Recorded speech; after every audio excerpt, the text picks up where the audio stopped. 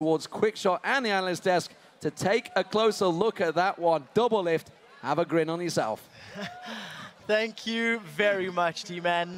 Fact of the matter is, it's not world's biggest plays, it's Shook big plays. Number one, do not give Shook Lee Sin. He destroyed Kaboom, he destroyed Shield. Number two, don't give Wicked Aurelia. He delivers. Yes, they beat it last time, but he still had a strong performance. Monty, before we get to replays. You can't say enough about Shook's play that game. It was absolutely incredible. It's so rare in the professional scene, especially at a game at Worlds, to see someone snowball all 3 lanes like that. Just amazing. Well, you know what? You've set it up. Let's pull the montage up onto your screens because, as I said, I think we're going to rename this the Shook Analyst Desk for the next couple of minutes.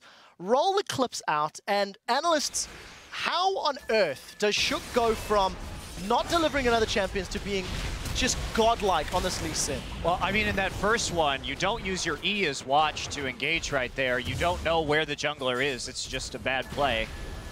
Next play, Freak, bottom lane, 80 carries. I like the flash slow that came in from Nif, the confidence everything's going to land. Just lands a flash time warp just to make sure it hits. All right, back up to the top lane. Once again, saves life just a little bit difficult. Where's Shook on the minimap coming in? I think by this point he's got those Moby boots. And again, just near flawless execution. This is really great by Wicked as well. He gets the reset on his Q. W Qs Sheen first to kill a caster minion. Perfect.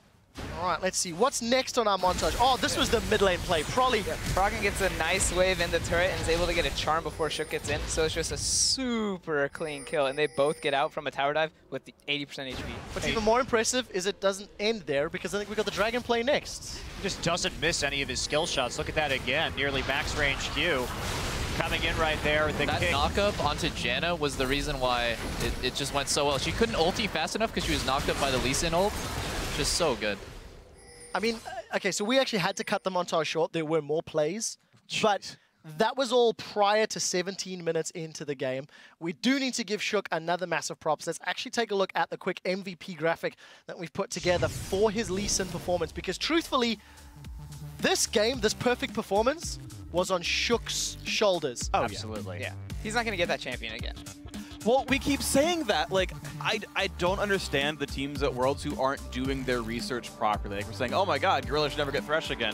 Oh my god, you can't give Shook Lee Sin clearly. Like, the fact that they banned Rammus, like, you saw him pick Rammus because Lee Sin was taken away. Like, hey, I don't understand. I didn't have a problem with the Rammus ban. If you don't want to deal with that, if you're not comfortable practicing against it, it is a pocket pick. There's no problem. I have a problem with the Maokai ban. When there's Aurelia on the table. All of Alliance's wins so far have come with Aurelia. Take it away from Wicked. Well, I'll tell you what, we'll get back to this discussion and why it's relevant in a moment, because we're going to check in with Shox, who's still at Shox. Right, let's actually talk a little bit more serious about the game. It was a perfect win. Alliance come in there, they don't give up a tower, they don't give up a dragon, they don't give up a kill. They take down the number 3 seed from Korea. I think surprising everybody watching, except for 57% of the viewers who sided with Alliance. And this man, who has taken the profit thing, so double of crumbs. Talk to me about the game. I mean, we know it was just a huge individual performance from Alliance, but they also had the strategy to back it up. It really makes me, it comforts my doubt that Alliance is really just a team centered around Froggen, which it was originally, but this game, Froggen was actually the only person on Alliance who was losing lane early. Actually, Wicked was super far ahead, Shook was super far ahead making those plays, and you saw Tab solo kill, or sorry, not solo kill, but 2v2 kill Zephyr with no outside help. That was insane. And Froggen was struggling a little bit mid until Shook made that play with him. So it just goes to show, it's not just the Froggen show. Yeah, I actually really like that Froggen was behind early, and what happened is he never died, and he never got chunked too hard. And when Shook was approaching mid lane, he actually pushed aggressively, and right when Shook came in, he had minion advantage, and he was able to get a charm. So instead of just kind of like, maybe like going for the 1v1 kill, like, you know, the hero play, he didn't go for that. He went for the safe play, wait for my jungler to get there, and then take the 100% kill. And what I like about the Froggen play in general, he talked about it actually in his prior game today as well.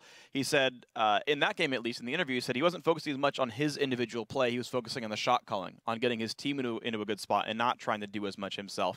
And it is always hard to multitask focusing entirely on your lane, which is someone like Xiao Xiao will do, where he is silent the entire game and he focuses on the 1v1s, or someone like Froggen, who's looking around the map saying, oh no, we can make this play, let's set up for Dragon, checking the timers, and not just looking at how do I beat up Goong in this mid lane. Now, talking about this matchup, I mean, NaJin White Shield, they came in there Was there ever a chance they could have pulled it back? I personally felt there was some scaling, some late game power that could have come in there. Monty, from your viewpoint, could they have done anything different? Well, I mean, they could have not played so cocky, especially in the top lane on that first gank. They just didn't have the vision to make that kind of play. Watch kind of messed it up. If he had had his E up, he could have gotten out of that. And, I mean, Ryze was winning up in the top lane by a pretty significant CS lead early before that gank occurred. So they had some nice things going for them. But when we talk about even with all these like big scaling champions like Wari, like Ryze, like Tristana, when you get that far behind, they did an admirable job of defending, and Alliance was not the best at closing. We were kind of questioning Tabs' split pushing on Kog'Maw in the bottom lane, but there's a point of no return. An 18k gold down, I mean, that's not tenable.